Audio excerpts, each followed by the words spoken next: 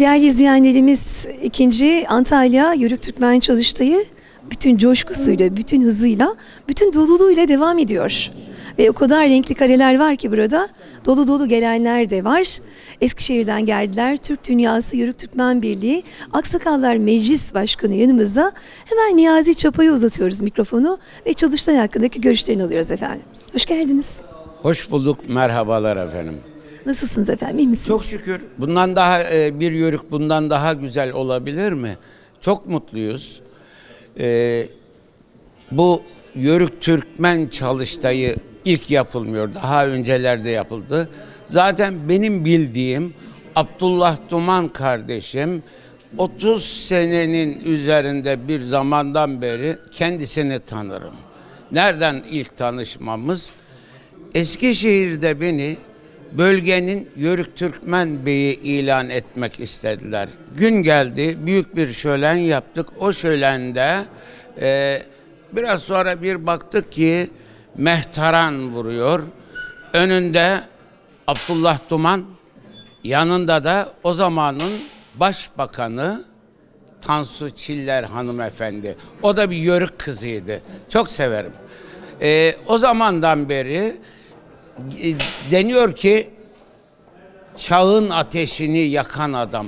Bunu söyleyen o kadar doğru söylemiş ki gerçekleri yansıtmış. O ateşin korları ülkemin her iline yayıldı. Bu ateşin harlanması için bizler onun yaktığı ateşe üfleyenleriz. Üfleye üfleye üfleye harlattırdık. Bu niye benzer? Cenab-ı Allah gökten yağmur taneleri indirir. Yerde bunlar birbirleriyle birleşirler. Birleşirler, ufak ufak gölcükler oluşur. Derecikler oluşur. Birbirine derecikler birleşir, dereler oluşur. Dereler birbirine birleşir, çaylar oluşur. Çaylar birleşir, nehirler oluşur. Biz nehirleri oluşturduk. Sakarya'yı oluşturduk. Türkiye, Türk Dünyası Yörük Türkmen Birliği'nin son 5 senede yapmış olduğu faaliyetler, kuruluşlar bunun bir nişanesi. Cenab-ı Allah'a sonsuz şükürler olsun ki bugünleri gördük. Bir tek dernek varken Antalya'da, ikincisini Eskişehir, bir diğer illerimiz derken bugün 700'ün üzerinde ülkemizde Yörük Türkmen dernekleri, federasyon ve konfederasyon, vakıflar, birlikler var. Bundan daha büyük mutluluk olur mu? Türk'ün asli unsuru Yörük Türkmenler, artık eskisi gibi gözü kapalı gitmiyoruz, gitmeyeceğiz. Çadırlarımıza kapanmaktan vazgeçtik. Çadırların önüne çıktık. Bundan sonra benim mesajım Türkiye'deki bütün Yörük Türkmen kardeşlerime şu olacak. Biz şölenlerimizi yaylalarda yapıyoruz. Kime anlatıyoruz? Yaylaya kim gelir? Yörük olan gelir. Yörük yörüğe yörüklüğü anlatıyor. Bunun bir anlamsız değil mi size de? Biz artık şehirlere ineceğiz. Şehir meydanlarına ineceğiz. Bundan sonraki şölenlerimiz şehir meydanlarında olacak. Gümbür gümbür ana caddelerinde yörüklerin ayak sesleriyle inleyecek inşallah. Dosta güven, dost olmayanlara korku salacağız. Biz bu ülkenin asli unsuru bizleriz. Bu ülkenin sahibi bizleriz. Kiracı değiliz, ev sahibiyiz. Artık vatana sahip olma zamanı geldi, geçiyor. İş işten geçmeden Türkiye'deki bütün Yörük Türkmen kardeşlerim, birlik, beraberlik içerisinde anlattım ya, yağmur taneciklerinin dereler, derecikler, çaylar, nehirler oldu. Nehir Sakarya oldu. Taşıyor. Coştu taşıyor. Ne yapıyor? Karadeniz'e akıyor.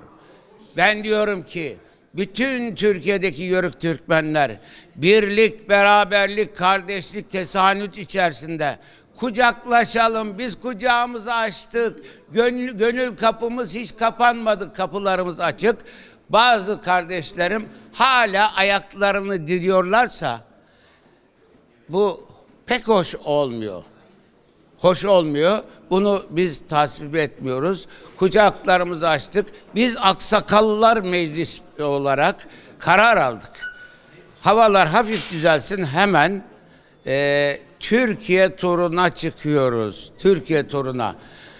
Anadolu kardeşliğini daha genişleterek ülkemdeki bütün Yörük Türkmenlerin birlik, beraberlik, kardeşlik, tesanüdünü sağlamak için var zaten de daha da pekiştirmek için, birbirimizle kucaklaşmak için Türkiye turuna çıkıyoruz yakında. Biz Aksakallılar Meclisi'nin kurulu olduğu gibi X vilayete gitti. Dedik ki gel kardeşim kucaklaşalım. Bizi reddedecekse eder. O onun kişi kendi göstergesidir, bir şey diyemeyiz. Ama ben sanmıyorum ki biz o ile gittik. O dernek, federasyon neyse onlarla görüştük. Bizi reddedecek bir kişi daha yoktur diye düşünüyorum. Çünkü biz onları çok seviyoruz. Onlar da bizi az sevsinler ama seveceklerdir. Seviyoruz. Biz ülkemizin, Yörüklerin biliyorsunuz düsturu nedir? Sadece ve sadece Allah'a ibadet eder, devlete itaat ederiz. Bunun dışında bize kimse en ufak bir şeyde bulunmasın. Dediğim gibi Yörükler artık çadırların önüne çıkmıştı. Şimdi daha da güçlü bir vaziyette şehirlerin ana caddelerinde, bütün şölenleri şehir merkezlerinde yapalım. Geçti artık. Çadıra kapanma devri geçti. Biz çadırda kapandık. Biz yaylalara çıktık. Ama birileri şehirleri işgal ediyorlar. Onun için şehir merkezinden ayrılmayacağız. Köyün merkezinden ayrılmayacağız. Kasabanın, ilçenin merkezine, yani kısaca hattı müdafaa yok, satı müdafaa var. Bütün vatan satında el birliğiyle, omuz omuza, kardeşçe inşallah mutlu sona ulaşacağız diyorum. Ben konuşma imkanı veren bu kültür kervanı kardeşlerime teşekkürlerimi arz ediyorum.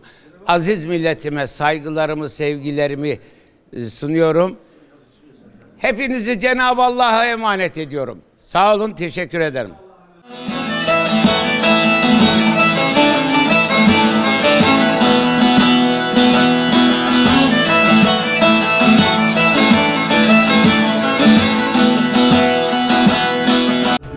Batural Turizm Şirketler Grubu Hamdi Sarıca Kültür Kervanı'nı sundu.